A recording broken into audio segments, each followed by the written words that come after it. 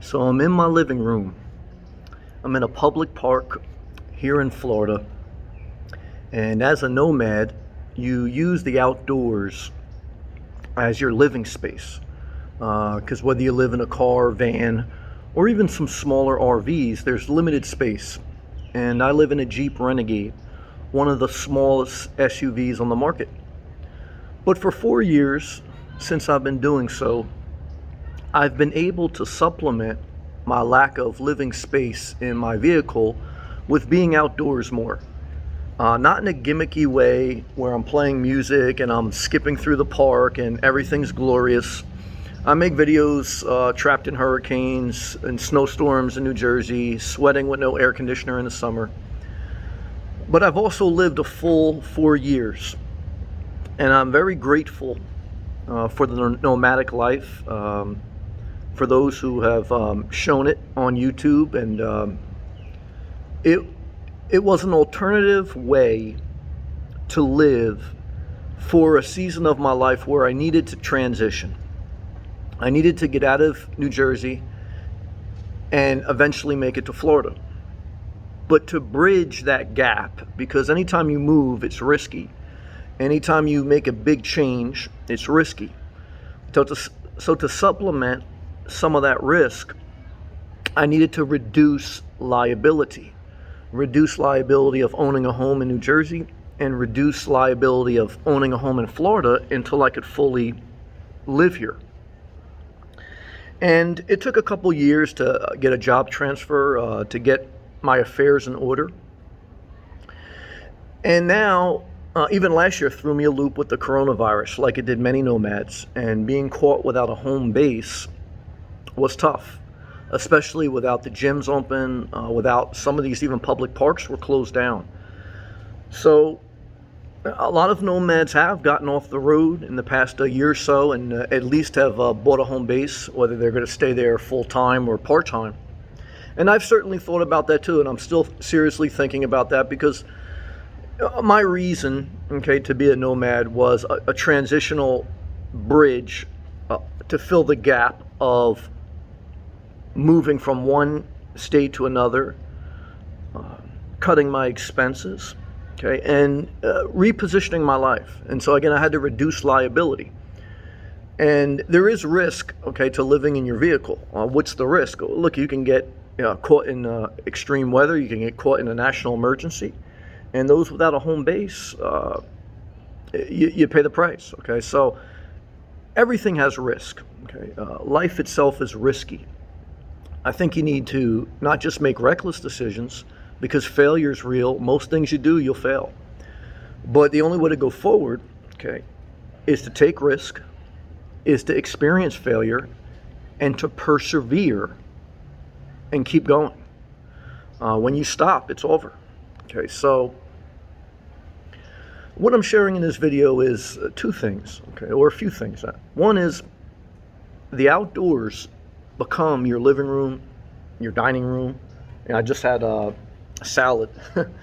I just had a salad, and I'm plugged into a public outlet for my electricity to charge my electronics and to charge my power pack that I showed you guys in another video. This allows me to run a fan in my vehicle at night. And especially now with Starbucks still kind of closed really for indoor dining, because in the beginning of my nomadic journey, I used Starbucks as my living room.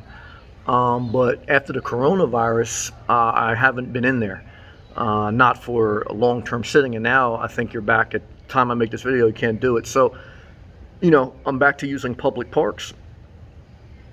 So what I can share with you, look, is even as I make this, there's people walking around and I don't have privacy. So privacy is something that lacks with the nomadic life, Whether you're making a video or whether you're eating food and someone walks by and they're in your space, versus you're in your living room, no one's going to walk by, You have privacy, you have a sanctuary.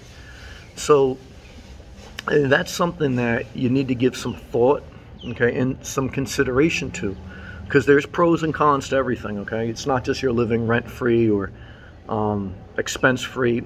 I think you need to live a decent life on the road you need at least $2,000 a month, and that's about $15 to $18 an hour.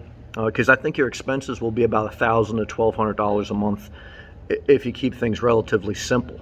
Okay, and that's not even easy to achieve. I mean, so I know there's some people that may be able to do it dirt cheap, but that's not my experience, and there's a certain additional sacrifice if you do it that way. So, for me, learning to supplement the regular living circumstance with the outdoors. I went from using using Starbucks to now using public parks. Learning to get through extreme weather. That's one of your biggest challenges as a nomad, getting through extreme weather. And it happens every winter if you're going to be up north.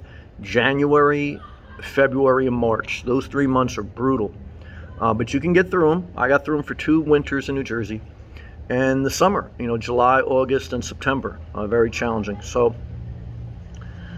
but look, the freedom and the flexibility and the reducing some liability while taking on some new risks is the reason for me to do it, okay? And it did help me achieve part of my goal, okay, which was to really relocate to Florida in a major way, even if I still travel up north in the summer or fall or hurricane or something. And to cut my expenses in half, to experience life. I wanted to travel around a little bit. I wanted to live on my terms. One thing I am cautious about if I buy a home base is there's an entanglement there that I will not be living on my terms as much as I am now. However, look, like I say, someone just walked through the park, right? This isn't my space. So am I really living on my terms? I live a lot of my life in shared space, in a shared public park, in a shared gym, with shared showers, right? So there's a lack of privacy, okay, that wears on you to a certain extent. I still kind of am inspired by living so minimalistic as a nomad that I'm willing to deal with it. Okay, I'm 40 years old. I started this when I was 36, 37. So, look, there's plenty of nomads, and there's one in the park right now, living in a Class C, beautiful RV. Look, if you're in a fully self-contained RV, you're living in a house. Now you're going to have to, it's a little bit more challenging for parking. Okay, you're going to be stuck to a lot of RV parks or campgrounds, or you're going to be a little creative when it comes to stealth parking. So, but you're not destitute, okay, because you're in a house on wheels. When you're living in a car, definitely, when you're living in a car, there's a different mode, okay? And when you're living in a van, same thing. If you don't have the full hookups, there's a little bit of a primitive way of life, okay? So the give and the takes, okay, of being a nomad, just sharing this moment in time while I'm in a park, while I just had my lunch, okay, while I'm charging my electronics, while I'm collecting my thoughts here on the weekend in this public park in my living room, and I'm sharing and I'm reflecting on 4 years full-time as a nomad, in two winters in New Jersey, 2 summers in Florida, getting through a pandemic, still in the middle of a pandemic, traveling up and down the East Coast during all those times, seizing the moment of your life. Like I've been telling people, look, take the pandemic, take life serious, because there's risk, and the risk is real, man. There's a lot of failures, a lot of real things out there that are real, but I'm just trying to say, when you can responsibly seize the moment, because I look at myself in this camera and I'm 4 years older, okay, but I lived a full 4 years for these past 4 years, okay, and I accomplished some of what I wanted to. I'm not exactly clear on my next step, if I'll be a nomad forever, but nothing lasts forever, so I don't, no matter whether I'm a nomad or whether I buy a home base, I haven't decided. But I'm grateful for the nomad life. Even the people who commercialize it on YouTube, I'm still grateful for them. Just like I was still grateful for my pastor or grateful for my father in different ways. But there's also a time where you separate from people even that you're grateful from, because you got to build your own life, okay? And it's not easy. It's a tough part of life.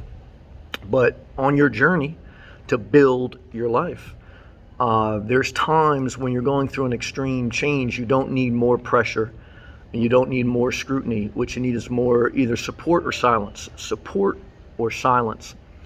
And if you have a friend or a family member going through a challenging time, what they need is mainly silence, okay? And that's support, because people have to figure out their own life in their own head. And the more you try to push them, the more you push them away, you know. And I've made that mistake probably too, at different points in relationships. You know, I've been on both sides of the coin, and as I get mature, I can reflect and realize that. But I'm just sharing some general thoughts about being a nomad, living in your car, some life lessons, urgency of living, risk, no guarantees, and life, okay? Living a full life, living your best life. I hope my videos help you in some way. Thank you to all my members who help support the channel. I appreciate you. Gratitude. If you'd like to be a member, you click the blue join button. If you're not subscribed, subscribe. You can check out all my playlists also, which document my journey. And thank you, okay? I'll see you guys in the next video. Peace.